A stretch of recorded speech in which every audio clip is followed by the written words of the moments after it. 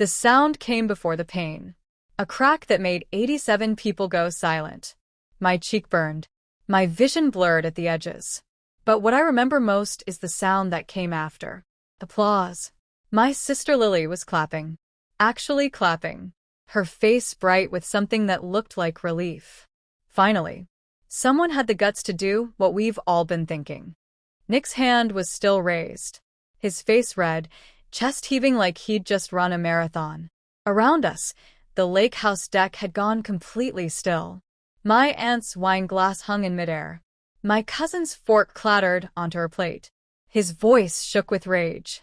Sign it. Right now. In front of everyone. Let them watch you finally do what you're told. I touched my face. My fingers came away clean, but my cheek felt like it was on fire. Patrick, my older brother, stood frozen by the grill. His mouth opened. Closed. He looked at the ground. Lily kept performing for the crowd. She deserves this. She's had 6 years to give us nieces and nephews. 6 years. And nothing. My throat closed. Nick's voice rose. You know what she is? Selfish. Controlling. She makes me beg for everything. The house is in her name. The car. Even our bank account needs her signature. I kept my voice steady. That's not how any of this works. He yanked me closer. Whiskey reeked from his breath. Shut up. You're going to sign those papers. Transfer the house to both our names. Like a real wife would have done years ago. Someone in the crowd shifted. No one spoke. Lily's voice carried across the deck. She's broken. That's what Mom used to say, right, Patrick? Before she died, she told us Heather was too cold to ever be a real mother. Patrick flinched, frozen. Still said nothing. Lily kept performing, phone recording everything. I'm Heather. I'm 36. Tell me where you're watching from, and if you've ever been erased by your own family, drop a heart. The house you wanted me to sign over? I'd saved for 8 years to buy it. Paid every mortgage payment myself. It was the one thing that was completely legally mine. And he was willing to hit me in front of everyone to take it. What I showed them next would destroy him completely. He'd planned this for weeks. I could see it in the way Nick pulled the folded envelope from his jacket. Too smooth, too practiced. Legal papers. A deed transfer he must have prepared weeks ago, maybe months. His hands shook as he opened it. The lake house belonged to my aunt, but this party, this performance, was all his design. I could see it now. The specific guest list. The alcohol. The timing right before dessert when everyone would be watching. He shoved the papers against my chest. Sign it. Now. I took them. Not to sign. To see what he'd written. The afternoon sun beat down on the deck. Made everything feel too bright, too exposed. My fingers touched the papers, but my mind stayed calm. He might have planned this moment, but I'd planned mine too. My voice came out steadier than I expected. Nick, we have a prenup. One that says this house is mine alone. Your lawyer knew it. You signed it anyway. And now you're going to learn what happens when you bet against me. Lily stepped forward, phone still recording. You're married. You're supposed to share everything. I didn't raise my voice. That's not how prenups work. She spat the words. God, you're such a lawyer about everything. This is why no one likes you. The words landed. I felt them. But I didn't move. Patrick cleared his throat. Heather, maybe just it would be easier. He's your husband. You've been married 6 years. At some point, you have to trust someone. I looked at my brother. 43 years old. A mortgage he complained about constantly. 2 kids in private school he couldn't quite afford. And standing there, asking me to give away the one thing that was completely mine. My voice dropped. Do I? Nick grabbed my wrist again. Tighter this time. Sign it, or I destroy you in front of every single person you know. My stomach dropped, but I kept my face blank. What I really am. His smile turned ugly. Triumphant. A liar. You didn't tell anyone, did you? About your little promotion. The deck went silent. Even the lake seemed to stop moving. Patrick's voice was barely audible. What promotion? Nick's grip tightened. He looked around at the crowd, performing just like Lily had. Your perfect sister got promoted in January. She's a vice president now. At Meridian Capital. Makes almost $300,000 a year. And she let you struggle with your mortgage, Patrick. Let Lily take out loans for her business. Didn't offer a cent. The silence shifted. Became something heavier. I could feel the crowd turning. Could see it in my aunt's face. In my cousin's narrowed eyes. Patrick's voice cracked. 300,000. While I was drowning. While Lily was begging banks for loans. I wanted to explain. To tell them I'd worked 80-hour weeks for that promotion. That I'd earned every dollar. That they'd never asked for help. Never even told me they were struggling. But what came out was simpler. I got promoted. Yes. Lily's voice pitched higher. And you didn't tell us? You're making that kind of money, and you just what?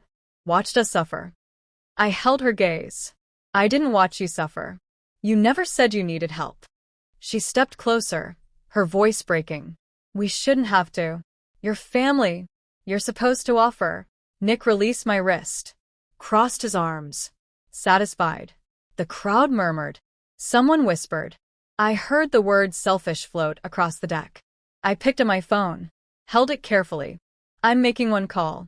And when I'm done, you'll wish you never raised your hand to me. Nick's smile widened. To who? Your lawyer? Go ahead. Call him. Tell him your mean husband wants his name on the house he's lived in for 6 years. See what he says. I was already dialing. Every eye on me. But my hand was steady. This was the moment I'd prepared for. It rang once. A familiar voice answered. Heather. I need the files. Which ones? Start with the prenup. A pause. You're sure? Yes. Sending now. I hung up. My phone buzzed. One attachment. I didn't open it yet. Nick stared at me. What files? I kept my voice level. The ones I've been collecting since I found out about Monica. 2 months' worth. His face went white. But he had no idea what was coming next. The crowd leaned in. Sensing blood. Sensing drama. This was better than dessert. Better than small talk about vacation homes and college admissions. I began slowly. 2 months ago, I found out about Monica. I called a lawyer. He said you have no rights to my property. Not with our prenup. Not with the deed only in my name. He started to interrupt. That's not. I held up my phone, showing the screen. Then I asked him what would happen if you tried to force me. If you got physical. If you hit me in front of 87 people and tried to make me sign documents under duress. He said that's assault. Coercion. Grounds for an immediate restraining order. Patrick's grill tongs clattered to the deck. Lily's phone was still recording, but her hand shook now. Nick took a step back. His voice barely audible. You're insane. I opened the file. This is our prenuptial agreement. Signed 6 years ago. Witnessed by your own lawyer. You have no claim to anything that's mine. His jaw tightened. He grabbed the railing, knuckles white. That doesn't matter. Lily lowered her phone. Heather, you're really going to do this? In front of everyone. I turned to her. I didn't do this. He did. He chose this moment. This audience. You just chose to applaud. She flinched. My phone buzzed again. Another attachment. I glanced at it and felt ice in my chest. My voice dropped to almost a whisper. There's something else. Something I found out 2 months ago. Nick's eyes went wide. Shut up. I said the name clearly. Her name is Monica. And she's been sleeping in hotels I paid for with money from the account you tried to steal. The name dropped like a stone. Someone gasped. My cousin made a noise. Lily looked confused. Who's Monica? My voice was still calm. Too calm. His coworker. The one he's been sleeping with for the past year. The deck erupted. Voices overlapping. My aunt's wine glass actually shattered this time. My uncle stood up. Chair scraping. Lily's phone nearly slipped from her trembling hand. Nick grabbed for my phone. You're lying. I stepped back. I kept the phone out of reach. I'm not. He lunged forward.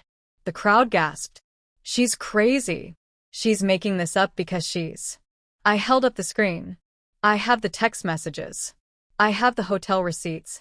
I have the credit card statements for the flowers you sent her. The jewelry. The weekend trip to Napa you told me was a work conference. I interrupted. I have photos. From February 14th. Valentine's Day. You told me you had to work late. You were at Lucia's. With her. Lily stared at Nick now. Really looking. You hit her. Made us all watch. And the whole time you were sleeping with someone else. He was yelling now. She made me. She controls everything. The money, the house, even when he stopped. Looked around. You don't understand what it's like. Living with someone who makes you feel like nothing. I let it hang in the air. You found someone who made you feel like something. And then you tried to take my house. He opened his mouth. Closed it. No words came. Patrick moved to my side. Not touching. Not speaking. Just present. Finally, present. I gave him 1 hour. You have 1 hour. Pack your things. And if you're still in my house, when the sun comes up, I'll have you arrested. His voice was small. Where am I supposed to go? I didn't look away. That's not my problem anymore. Lily was crying now. Full body shaking. My aunt had her arm around her. Patrick stood next to me, solid and still. Nick looked around at the crowd. At the 87 people who'd watched him hit me. Who'd watched him try to steal my house. Who were now watching him fall completely apart. No one moved to help him. I kept my voice steady. You should pack your things. Be gone in an hour. If you're still there tomorrow, I'm filing for the restraining order. He stared at me. Then at Patrick. Then at Lily. Looking for an ally. An escape route. Something. Nothing. He left. Car door slamming. Engine starting. Gravel crunching under tires. The deck stayed silent until the sound faded completely. Then everyone started talking at once. Patrick stayed next to me. Is it over? I looked at him. Not yet. He'll fight this. And when he does, he'll find out exactly how much I know. But none of them knew what I'd just set in motion. 4 days of silence. Then the call came. My lawyer's voice was tense. We have a problem. My chest tightened. What problem? Nick's lawyer filed a motion. He's claiming the prenup is invalid because you didn't fully disclose your assets when you signed it 6 years ago. He's saying you hid accounts, undervalued the house, that you manipulated him into signing an unfair agreement. Ice shot through my veins. That's not true. I know. But he has a lawyer who's willing to argue it. And if they can prove you weren't transparent, I cut him off. I was transparent. I showed him everything. Bank statements, retirement accounts, the house deed. Everything. Do you have proof? Documentation that you disclosed everything. I remembered. The email thread. I have it. Every document, every asset disclosed, his own acknowledgement. I'll send it now. Do it. Fast. I could hear him exhale. I found it in 30 seconds. Forwarded it immediately. 2 weeks passed in a blur of preparation. Then Monica called. Heather, I need to tell you something. About Nick. I could hear the tremor in her voice. I let her speak. He lied to me. About everything. He told me you were separated. That you were the one who cheated. That you were trying to steal his money in the divorce. She continued. He's trying to get me to testify. At the hearing. To say you were controlling. That you manipulated him. His lawyer keeps calling me. My chest tightened. And I don't know what to do. I'm scared. If I testify against him, he'll. Her voice broke. I'm sorry. I can't help you. I just wanted you to know what he's doing. She hung up. I stared at my phone. Without Monica, Nick's lawyer might actually have a case. The affair could stay hidden. My evidence might not be enough. I spent those days preparing for the worst. Then 3 days before the hearing, my phone rang again. Monica's number. I changed my mind. Her words came fast. I want to testify for you.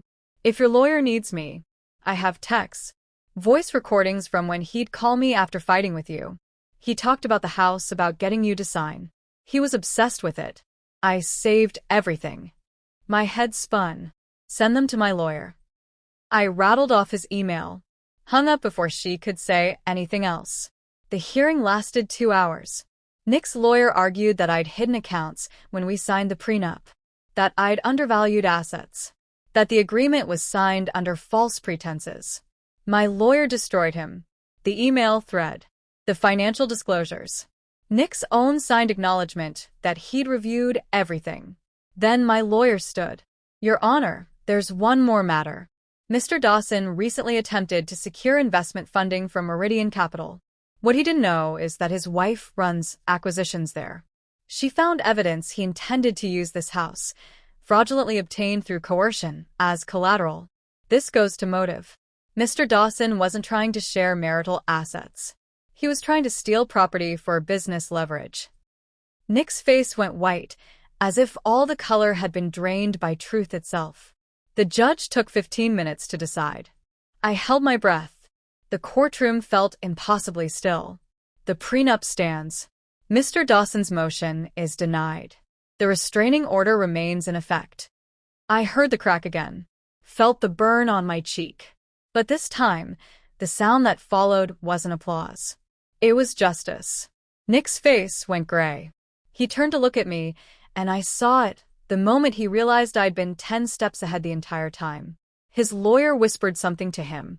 He stood, walked out without looking back. I drove home. My actual home.